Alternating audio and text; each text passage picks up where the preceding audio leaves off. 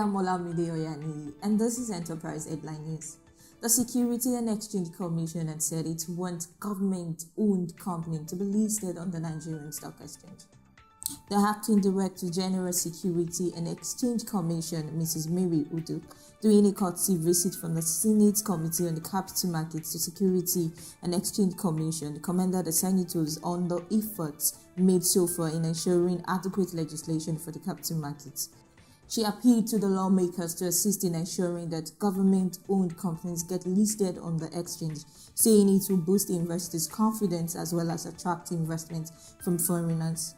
The Deputy Chairman, Senate Committee on Capital Markets, Mr. Foster Ogola, stated that the committee was willing to encourage legislation that would improve investment in the capital markets by ensuring that the regulator was able to perform its responsibility efficiently. He said the Senate was determined to make laws that will encourage new listings as well as help to revamp the capital market and make it more vibrant. The Nigerian insurance industry will from January 1st, 2019 witness the emergence of a new set of players called state insurance producer, licensed to act as an intermediaries for the state government insurances. This follows the release of the operational guideline for the state insurance producer by the National Insurance Commission on Tuesday, which stipulated 2 million naira as license fee for the new players.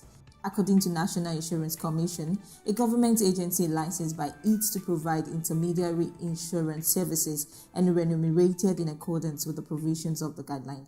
The guideline stated, a license issued under this guideline shall entitle the holder to act as a state insurance producer for the appropriate state government and shall be renewable once every 2 months by the Commission.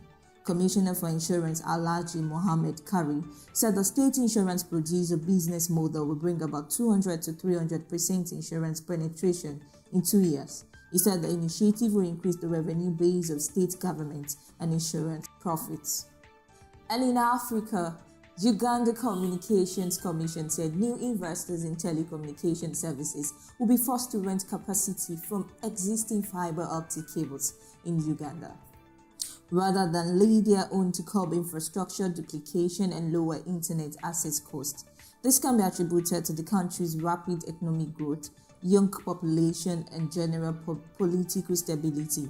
The requirement for infrastructure sharing is part of a new national broadband policy that seeks to boost efficiency and extend high-speed and internet access to the population. Chief Executive Officer of Uganda Communications Commission, Govt Mutabazi, said the laying of separate cables by different telecoms firms has resulted in high cost for erecting and maintaining the infrastructure, underutilization of capacity on the cables, and high internet costs. Kai Spencer, Executive Director of Uganda Internet Exchange Point, a non-profit organization that interconnects data from one operator's cable to others, said the new policy will create infrastructure monopolies, which will eventually hamper the sector's development and cut jobs. The governor of the Mozambican Central Bank, Rogério Zandamela, assured Parliament that the Portuguese software company First carried out cyber attacks on the country's banking system.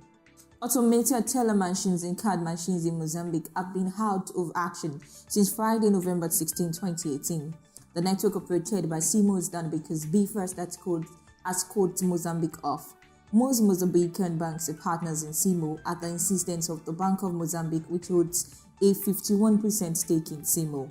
Club of Mozambique says the First has denied that, describing the accusation as serious and announcing that it has taken steps to have those concerned charged with the crimes of slander, defamation, and insult to a legal person. And in foreign scene, the Trump administration on Tuesday said that China has failed to alter its unfair practices at the heart of the US-China trade conflict, adding to tension ahead of a high-stake meeting later this month between US President Donald Trump and Chinese President Xi Jinping.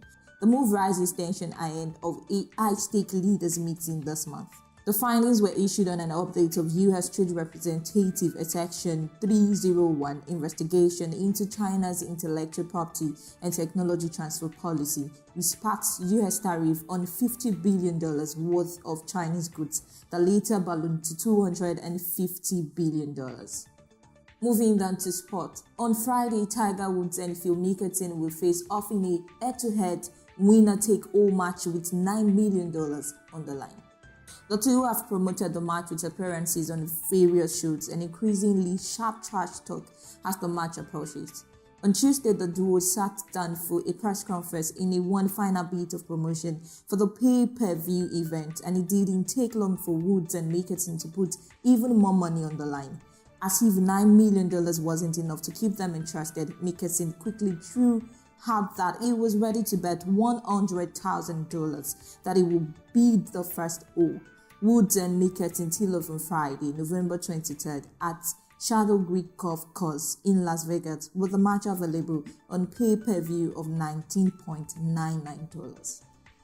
And that's it on Enterprise Headline News for today. For more information, you can visit us on our website www.enterprisenetwork.africa and all our social media platforms available for your all-round information. Many thanks for watching. Hi, I'm Olamide Oyani, and this is Enterprise Headline News.